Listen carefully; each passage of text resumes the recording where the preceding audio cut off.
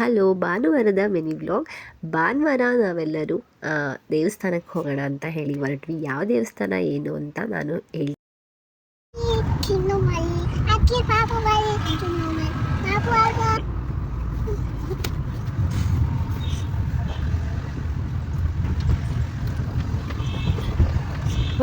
ಏನು ಆಚೆ ಮಾಡ್ತಿದ್ಯಾ ಮತ್ತೆ?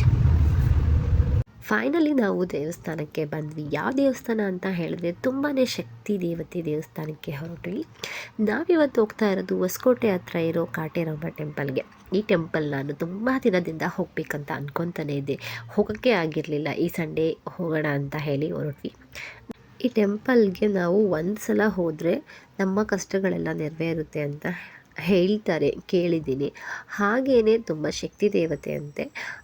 ನಾವು ಬಂದು 2 ಕಾಟೇರಮ್ಮ ಟೆಂಪಲ್ ಹೋದ್ವಿ. ಏನಕ್ಕೆ ನಾವು 2 ಕಾಟೇರಮ್ಮ ಟೆಂಪಲ್ಗೆ ಹೋದ್ವಿ, ಅದರ ಮೂಲ ಸ್ಥಾನ ಎಲ್ಲಿದೆ, ಹಾಗೇ ಬಂದು ಇಲ್ಲಿ ಫಸ್ಟ್ ಟೈಮ್ ಹೋದಾಗ ನಮಗೇನು ಗೊತ್ತಿರಲ್ಲ ಅಲ್ವಾ. ಫಸ್ಟ್ ಟೈಮ್ ಹೋದಾಗ ಏನು ಮಾಡಬೇಕು, ಯಾವ ರೀತಿ ಕಾಯಿನ ಕಟ್ಟಬೇಕು, ನಾವು ಕಾಯಿನ ಎಲ್ಲಿ ತಗೋಬೇಕು, ಹಾಗೇ ಮತ್ತು ಇಲ್ಲೊಂದು ಕಾಳಿಕಾ ದೇವಿ ಇದೆ. ಇಲ್ಲಿ ಹೋಗಿ ನಾವು ಯಾವ ರೀತಿ ಪೂಜೆನ ಮಾಡಬೇಕು, ಇಲ್ಲಿ ಏನೇನು ಕೊಡ್ತಾರೆ ಅನ್ನೋದನ್ನೆಲ್ಲ ನಾನು ಲಾಂಗ್ ವೀಡಿಯೋದಲ್ಲಿ ಶೇರ್ ಮಾಡಿದ್ದೀನಿ. ಒಂದು ಸಲ ಹೋಗಿ ಚೆಕ್ ಮಾಡಿ.